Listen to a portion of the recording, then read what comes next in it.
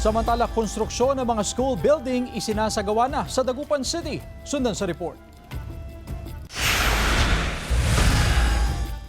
Puspusan ng konstruksyon ng mga school building sa Dagupan City. Mahigit 100 silid-aralan ang ipinapatayo sa iba't ibang eskwelahan sa syudad.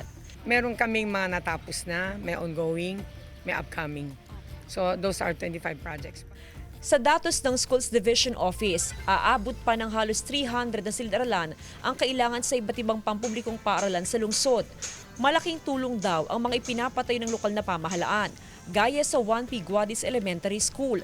3-story building na may 9 na classroom ang ginagawa ngayon. Napakahalaga po ito, ma'am, dahil po siyempre sa dumadami po mga learners po natin ngayon, much better po na may additional classroom po sila. Ayon sa LGU, magkakaroon pa ng mga karagdagang proyekto para sa iba't ibang paaralan sa Dagupan City.